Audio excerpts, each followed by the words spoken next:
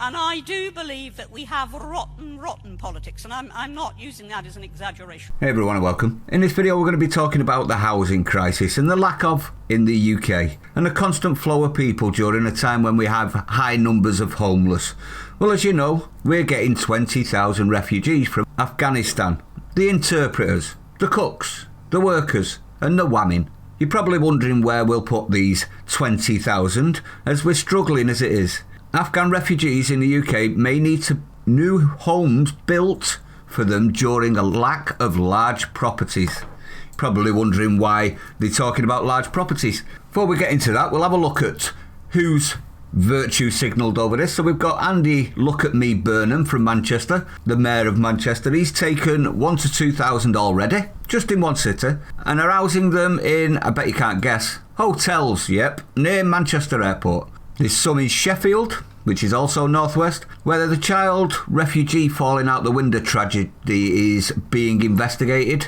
What a surprise, everyone, that they're in hotels at our expense. This is taxpayer money that's paying for all of this. What you might not be aware of, though, is this. You ready? This isn't to help them till the nation is safe. Oh, no. That'd be logical. No, we promise to rehouse and relocate them, which means citizenship. Which means they will be placed above locals on the housing list. How else would they be able to rehouse them? We've already seen how long the waiting lists are for council homes now.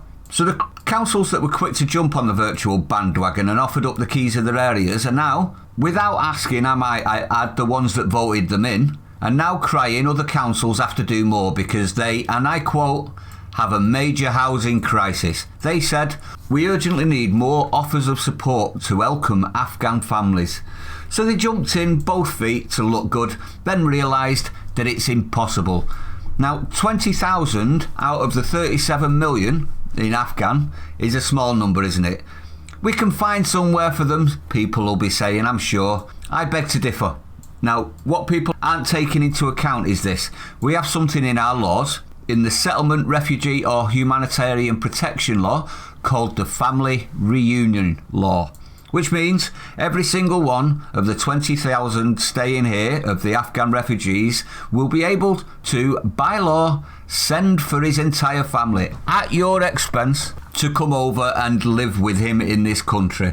Maybe this is why males come first of the dinghy divers and new Labour voters, eh?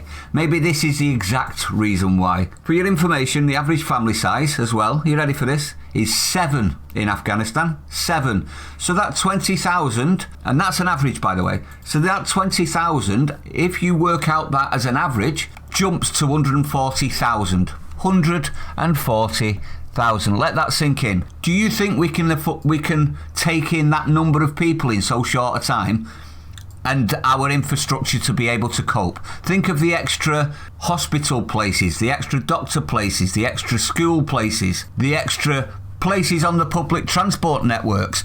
All of these things will take a massive hit, and the only way to fix them will be to pile money at them, our money, your money.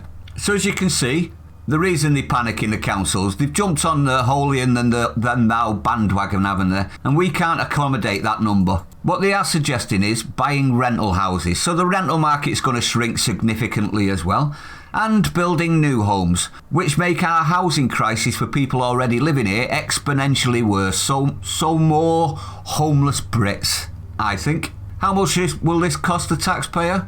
To pay to buy or build houses that can accommodate a family of 7, it's going to be a lot, isn't it? Massive houses. And where would they build these houses? It's going to have to be in the countryside or in the outskirts of cities. Make our cities even bigger. Here's one for you. If we can rehouse them so perfectly fine, why is it that I know people that are either couch surfing and been told they're not a priority because they've got a couch, right? I also know people that are in private tenant houses that can't afford them, that want to go on the housing list, but have been told they can't go on the housing list because they're not a priority, they've got a house over their head and they can only get it unless they're homeless on the street, basically. So now you know why? Because we've been housing other people first. Yeah, it doesn't make sense. If we haven't got the houses to do our own people, how are we going to house these? There's a lot of things that don't make sense at the moment, isn't there, everyone? Now, granted, not everyone will be agreeing with me in regards to refugees. Some people in the world do need help, etc, etc, etc. But in my opinion, if that is the case, they shouldn't be allowed to stay indefinitely. You're fleeing a war.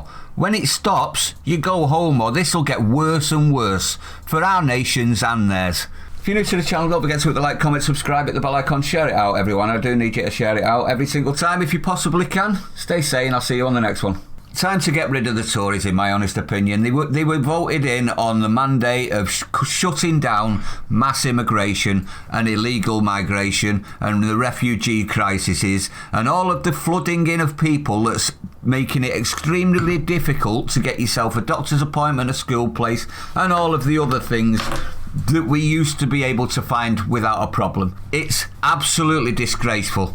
We need to get rid of the Tories like we got rid of Labour, in my honest opinion. We're full. We can't take any more, and still they are flinging our borders open. We fought for Afghanistan, in my honest opinion. We don't have to do more. Sorry, we tried. End of.